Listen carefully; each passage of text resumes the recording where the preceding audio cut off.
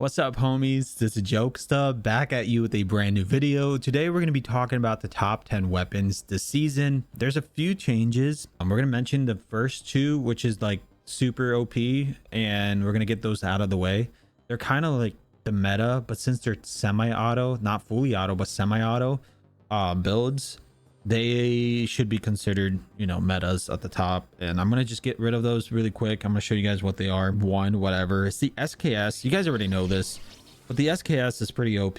Still one of the dominant weapon and the most annoying weapon to die to. Like, somebody who has this gun, it's over. It's like, hey, game over. As soon as you see this gun, just give up. You know what I'm saying?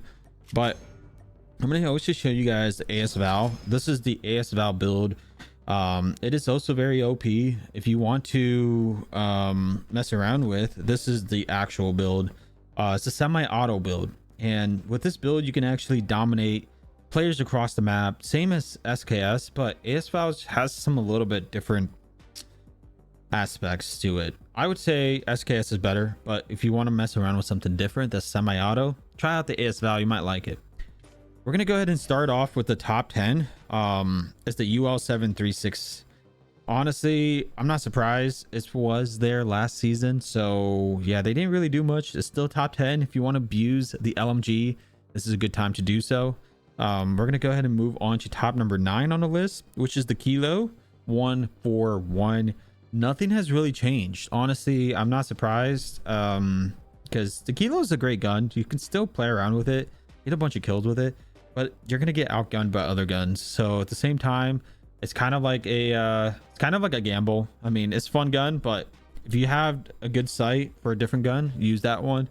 Kilo has some decent sights. We're gonna go ahead and show you guys another weapon that's also at the top 9. It is the, man, I kind of missed the Krig 6. I wish the Krig 6 was up there, but it's not. It is actually the Grau 556. The Grau 556 is top number 9 as well, so they're kind of at the same level with the Kilo. This is the build that I would recommend you guys to try out and to mess around with, see if you like it. If not, just adjust it. Like I said, all these gunsmith before my previous videos, pick out this gunsmith and then adjust it to your playstyle. Like, if you need more recoil control, add a foregrip or something, like mess around with it. It's best to do that. But anyways, we're gonna go ahead and move on to top number 8. On top number 8, there's 3 SMGs. One of them is the Switchblade. There's no changes for the Switchblade, but this is what everyone's kind of using, sort of. I'm not really sure what the current state that everyone's using with the Switchblade, but I know that there's no lasers, and all of these stuff actually makes sense to use. So Switchblade's up there. We also have the CX9. The CX9 is up there as well. This is the build for the CX9. And lastly, I prefer the CX9, to be honest, over the Switchblade. I know you guys probably like the Switchblade default version, which is also pretty good, but the CX9 has helped me win a lot more search and destroy matches. So just saying, I'm just putting it out there. And another SMG that's actually really good is the QQ9. The QQ9 has gotten a few switches with some gunsmiths. So for example, we used to use a laser for this thing, but we swapped it over to granulated, which is something nice. I actually like granulated more than the laser gives it away for me. And I think there's a few bugs with the lasers. Like, sometimes you can be going up ahead and you're hiding your laser on the floor or on the behind a wall or something, but sometimes the enemy sees that laser go through that wall or see your laser behind that wall. So it's weird. I don't know if it's a bug, but I've gotten killed so many times while having a laser. Again, 3 SMGs, a CX9, Switchblade, and the QQ9. But we're gonna go ahead and move on to top number 7, which is the Hoger. I mean, the Hoger is pretty broken. Nothing has changed. It's the same thing over and over. If you want to play with hardpoint domination, this is the gun to use. But it's not the only gun, as you guys know. We got the Hades. This is also another build. I actually removed the laser and put disabled or something. I don't remember what would the exactly, but there was a few changes for the Hades. Moving on to top number 6 on the list is the K44. Yeah, nobody uses the Can-44. Nobody. I don't know why it's still up there, but I mean, it's a good gun. Like, it's super good. It's fun to play with. I don't know like why people aren't playing with it, but I'll tell you why. Actually, the reason why they're not playing with it, because there's better guns and they like to use those instead of the Can-44. And that's the honest truth. There's like HVK that you can use. The HVK would dominate the Can-44, the LK24. So at the same time, people don't want to use this gun, and that's just saying, you know. But if you don't want to use the HVK, try out the LK24 or the Can-40. Actually, the LK24 has some changes. It used to have a different barrel and a different laser, or no lasers at all, but this time we swapped it around a little bit. So as you guys can see, this is the actual build.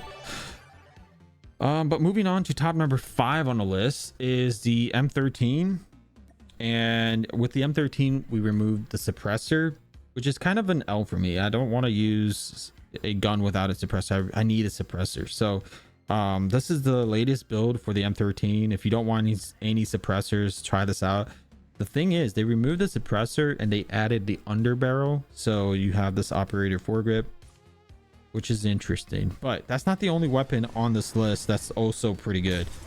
There is the FFAR-1, which is also at the same tier level as the M13. So if you want to mess around with 2 extra assault rifles instead of the LK24 or the Can-44, you can mess around with the FFAR and the M13. So those are 2 good options to use.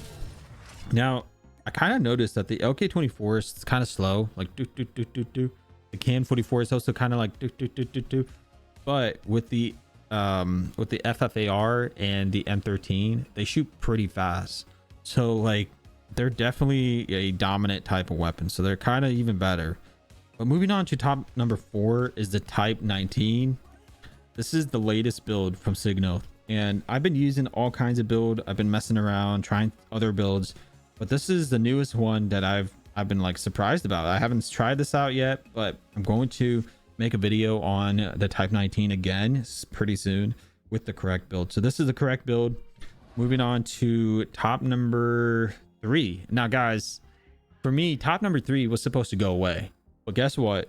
Top number 3 is a PDW toxic waste. I thought this gun would be bad. I thought this gun would be like, hey, they nerfed it, get rid of it, right? But no, the PDW is actually pretty broken and it's still up there. So this is the number 1 submachine gun to use because it has a lot of bullets, it shoots fast. It's just the sights are kind of like and plus not a lot of people want to use it. I don't know why. The PDW just isn't it, but it's pretty OP. Moving up to top number 2 is the DRH. The DRH has gotten a huge buff and it is definitely a top tier weapon. If you want to mess around and get to the top really quick, use the DRH. Moving on to top number 1 on the list is the HVK. Now the HVK 30 is the number 1 assault rifle in this season. That is it. I hope you guys enjoyed.